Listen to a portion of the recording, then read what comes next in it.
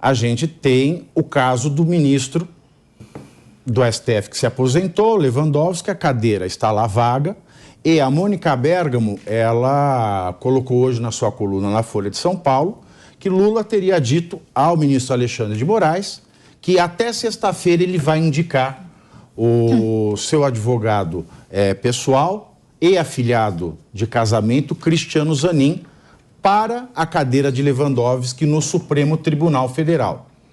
Essa indicação no Supremo parece ter sido já, né, nesse final de semana, aceita sem senões, né? Parece que é ponto pacífico. E agora nós vamos ter a sabatina do Senado. Holliday, o que você está achando disso? Você acha que o Senado brasileiro, porque assim, ele precisa de 41 votos para ser aprovado depois da sabatina. Nós temos 81 senadores, então você precisa da maioria, tá? A maioria dos 81, 41. Né? Se ele tiver 40, se ele tiver só 40, ele não entra. Rogério Marinho, que estava aqui no Pânico agora, concorreu ao cargo de presidente do Senado contra o Rodrigo Pacheco, ele recebeu 32 votos. Para fazer a visita ao Anderson Torres na prisão, foram 42 os senadores.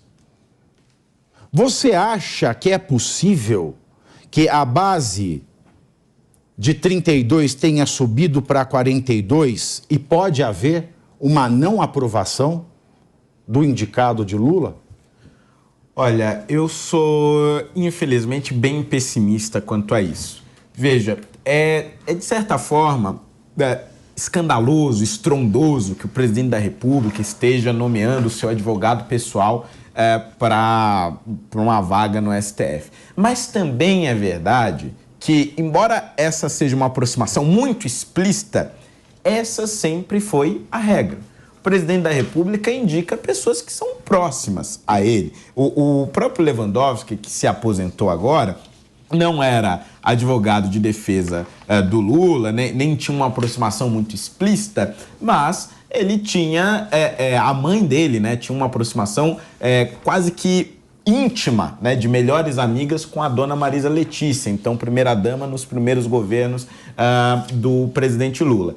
E logo depois, quando começa a ação penal 470 do Mensalão, o Lewandowski foi o revisor da ação e quase que era digamos, uma espécie de versão oposta do Joaquim Barbosa. Quem o Joaquim pedia para condenar, Lewandowski pedia para salvar. E tinha votos que eram quase que muito parecidos, ou eu diria até muito melhores desenvolvidos do que as próprias teses da defesa. Então veja, essa aproximação sempre foi a regra. Vários ministros que estão hoje no STF foram advogados-geral da União, foram advogados do partido do então presidente da República ou qualquer coisa do gênero. Então, veja, me parece que por conta desse histórico, o Senado Federal não vai recusar a nomeação do Zanin, porque muitos deles têm medo de que votem contra a nomeação dele aqui. Dali amanhã, este cara é ministro do STF e surge uma ação, uma acusação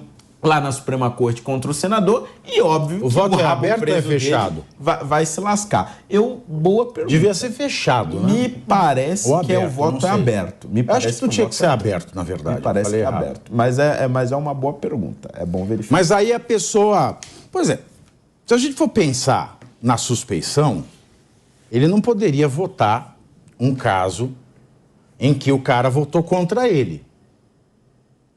Se a gente for pensar pelo prisma do direito, a gente poderia pensar isso. E a gente viu a semana passada o seguinte, o Toffoli,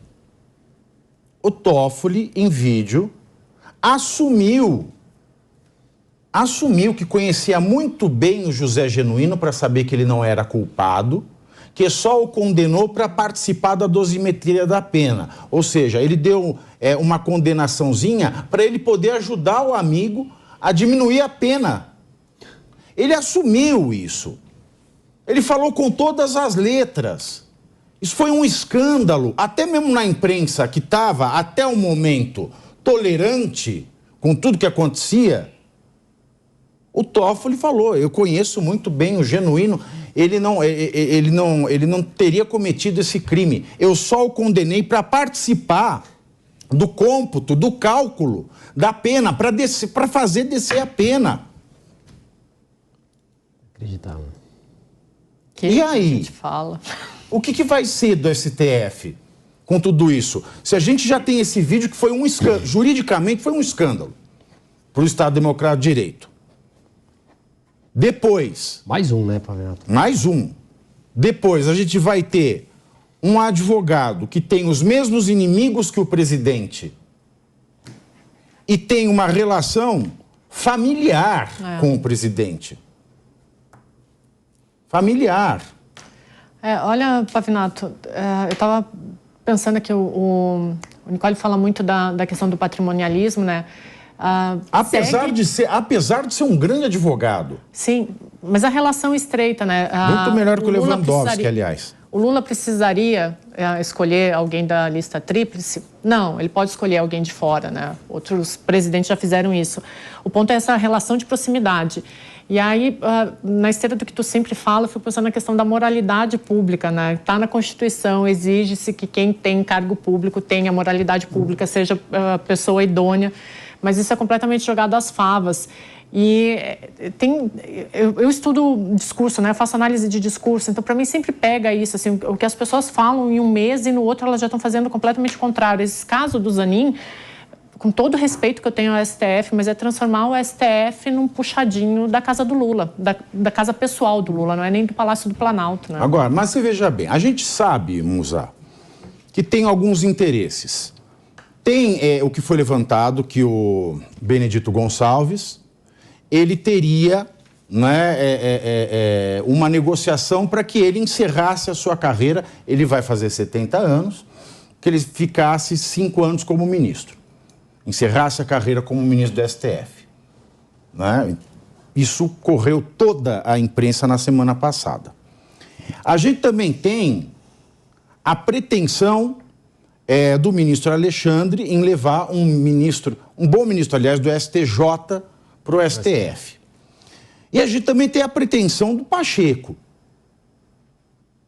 Você acha que o Pacheco, ele poderia, conhecendo a pretensão da indicação do ministro Alexandre e também do ministro Benedito Gonçalves, prejudicar a nomeação do Cristiano Zanin? Porque se ele for rejeitado, vai ter que outro ser indicado. Outro vai ser o indicado. Agora são 15 horas e 3 minutos. A gente falou aqui na semana passada, né? Nada mais espanta, afinal de contas a gente não sabe... É o que ela está falando. Em um mês, ela que analisa discurso. Em um mês tem um discurso, no mês seguinte tem outro completamente oposto. Então, é muito difícil a gente chegar numa decisão e falar, eu acho que vai acontecer isso. Mas, querendo ou não, por mais que tenha proximidades, eu analisando, vocês conhecem mais política do que eu, analisando de fora aqui, meu ponto é muito mais econômico, mas há rusgas, mas carinhos também entre o presidente do Senado, o Pacheco, e o Executivo. É um toma lá da cá o tempo todo, né? Então, não me espantaria se isso acontecesse. Mas sabe uma coisa que eu vim pensando hoje, e vai na linha do que a Deise estava falando, é o seguinte... Você falou assim, pô, ele podia nomear tal pessoa, ou ele podia fazer tal coisa na economia, ou ele podia não indicar pessoa próxima a ele em cargo de estatais. A questão é que nós não estamos lidando com pessoas que realmente estão pensando por bem do país. Talvez a gente fique aqui batendo, dando murro em ponta de faca, falando, ele deveria fazer isso, mas é tão óbvio que isso seria bom para o país. Está claro que eles não querem. Eles têm um projeto de poder que começou lá de trás, está super bem desenhado. O PT tem um projeto de poder, eu concordo. É muito claro. Aliás, todo político tem um projeto de poder. Quem foi que fez aquela frase lá que o político tem três interesses? Eleição, reeleição e depois eleger de novo. E sexo. E sexo. Não nos esqueçamos do sexo, sujeitos freudianos. Eu não sou desses, não. Sempre há exceções, tá? Sempre. Conta outra, Fernando Holliday, conta outra. Conta outra. Bom, mas vamos lá. Tem um projeto, mas os projetos eles não estão casados. Vamos olhar um cenário. Por isso das rusgas. O governo federal tem um projeto, o Lira tem outro projeto, que é um projeto muito mais contabilizável, né, tangível. O do PT é intangibilíssimo. Do Lula, então, nem se fala. Ele quer ser o homem da providência, né? E o Pacheco, ele tem algo que só o Lula pode dar, que é a indicação ao STF. Porque depois que o Lula sair da presidência, ninguém vai indicar o Pacheco para nada. Vamos concordar. Não é? Só se tiver um outro acordo para STF, depois de tudo que nós temos visto nesse país, é difícil. Portanto, será que... Eu me pergunto, Nicoli, a não aprovação do Cristiano Zanin, que já tem uma base de 32, se o Pacheco ele tem o restante, um bom relacionamento, e ele consegue fixar 10 nesta base do Marinho, esses 32 são... vai ser uma prova de força, ou seja, você me indica, depois você não vai ter mais problema. Porque nós vamos ter a vaga da Rosa Weber, depois vai ter mais alguma vaga? Acho eu não sei. Nesse mandato, não. São dois nesse mandato, né? Eu acho que são dois nesse mandato. Ou... Esses 32 são imutáveis? Exatamente. Esses 32 são, digamos, imutáveis, ou seja, eles não, nada é imutável. Nada é imutável. É que são aqueles que ousaram desafiar a hegemonia do Pacheco, né, que fez o governo federal, né, ter que trabalhar mais para reeleger o Pacheco. O que você acha desse pensamento, Nicoli? Eu concordo, né, porque é uma decisão que envolve os três poderes, né, e, consequentemente, se houver algum um desequilíbrio, isso pode pesar muito para o Lula, enfim, na relação do Congresso com o STF, do STF com o Executivo. E tenho a impressão que o Pacheco ele tenta harmonizar um pouco dessa relação, exatamente fazendo um escambo, uma troca, ou seja, indicamos o Zanin agora e daqui a alguns anos eu assumo um cargo no STF, né? Talvez da Rosa Weber, não sabemos. Mas fica a minha questão se o Pacheco ele teria no seu estado ainda capacidade de ser eleito, seja governador, senador, talvez deputado federal, que precisa de menos... que aconteceu. Pois é, então me parece que ele está dando as últimas cartadas, né, para garantir uma sobrevida na política, né, porque de fato dentro do Senado ele já não é mais unanimidade, né, já há algum tempo. Isso porque ele foi eleito ainda no mandato Bolsonaro, né, tentando agradar gregos e troianos, bolsonaristas e petistas, e com isso ele se desgastou muito com os bolsonaristas, principalmente, né? E eu tenho a impressão que ele não consegue hoje ter a mesma força que teve no início do seu mandato como presidente do Senado, e já prevendo um ostracismo, ele procura, de alguma forma, articular essa chegada do Zanin dentro do STF para que no futuro próximo ele alcance também a mesma condição. Assim, ele teria um cargo de destaque, né, e ainda sendo decisivo nas principais, enfim, jurisdições dentro do STF. Eu tenho essa impressão que o Pacheco está pensando mesmo na própria sobrevivência dele na política. A sobrevivência dele na política, portanto, é somente o STF. Se ele não tem mais capacidade de reeleição, como se imagina, a única forma dele permanecer em Brasília é no STJ ou no STF. Porque como é que eu vejo, Deise, esse desenho? Pode ser que o Benedito Gonçalves assuma a Rosa Weber e se aposente em 2026, para que alguém possa, o próprio Zanin, que é jovem, e ainda, né, continuará sendo uma pessoa da mais estrita confiança do presidente, entre no lugar dele. Porque esse tipo, né, de negociação que a gente imagina, porque a gente não sabe como é que funciona. Eles põem câmera no colete do policial militar, mas devia pôr câmera nos ternos do pessoal de Brasília. Já pensou? E o Lula pediu para tirar os celulares do churrasco, né, do final de semana. Teve isso? Teve. Depois... Não pôde fazer selfie? Não. Não teve espaço instagramável? Depois da vaga da Rosa Weber, a próxima é só em 28 na vaga do Luiz Fux. Ou seja, só 2028 vai ter um... Só se alguém se aposentar antes. Exato. Só se alguém se aposentar. Ou matarem, né? Oi? Ou matarem, como já aconteceu. Já? Um aviãozinho, né? Não, isso aí não sei. Isso aí você que tá falando. Eu não acho, não. Não, realmente, não acho mesmo. Não acho mesmo. Bom, como é que eu dizia? Então tá, o Benedito Gonçalves, ele tá com quase 70 anos. Tá cansado. Então assim, ele termina a carreira, o Cristiano tá jovem, até 2026 ele aposenta, entra o Zanin. Por quê? Se for esse tipo de combinado com o Benedito Gonçalves para o Pacheco, não há garantia para o Pacheco de que o Benedito Gonçalves vai manter. Porque quem é Pacheco para o Lula? Perto do que é Cristiano Zanin para o Lula.